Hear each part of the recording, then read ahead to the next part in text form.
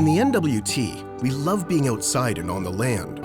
For many, this means spending time at a family cabin.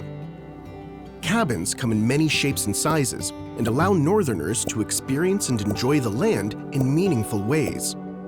Some people have built their cabins themselves, others have been in families for generations, and some have been purchased from previous owners. In most cases, people do not own the land their cabin is on. Instead, public land is leased from the GNWT. A lease gives you permission to build structures on the land. Leases include details or conditions that help to ensure the land is protected. Many cabins in the NWT have been built without a lease. These are called untenured structures and are sometimes referred to as squatting. The GNWT will be posting all untenured structures. Some untenured structures may be associated with Aboriginal or treaty rights.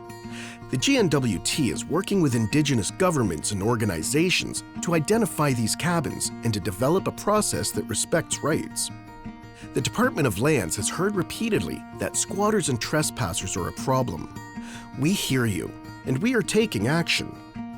Untenured structures built before April 1st, 2014 will be evaluated against leasing criteria on a case-by-case basis. If the structures do not meet the GNWT's criteria, a trespass notice will be attached to one or more structures. You could be subject to further action, which can include removal. If the structures meet the criteria, the GNWT will consult with potentially impacted Indigenous governments and determine if tenure is appropriate. All structures built after April 1st, 2014 and all new construction that do not have a lease will be posted and subject to further enforcement action. In either case, anyone who asserts that a cabin is linked to an Aboriginal or treaty right should follow the instructions on the posting notice and contact the Department of Lands or their Indigenous government or organization for more information. Spending time on the land is a key part of life in the NWT. We are all stewards of the land.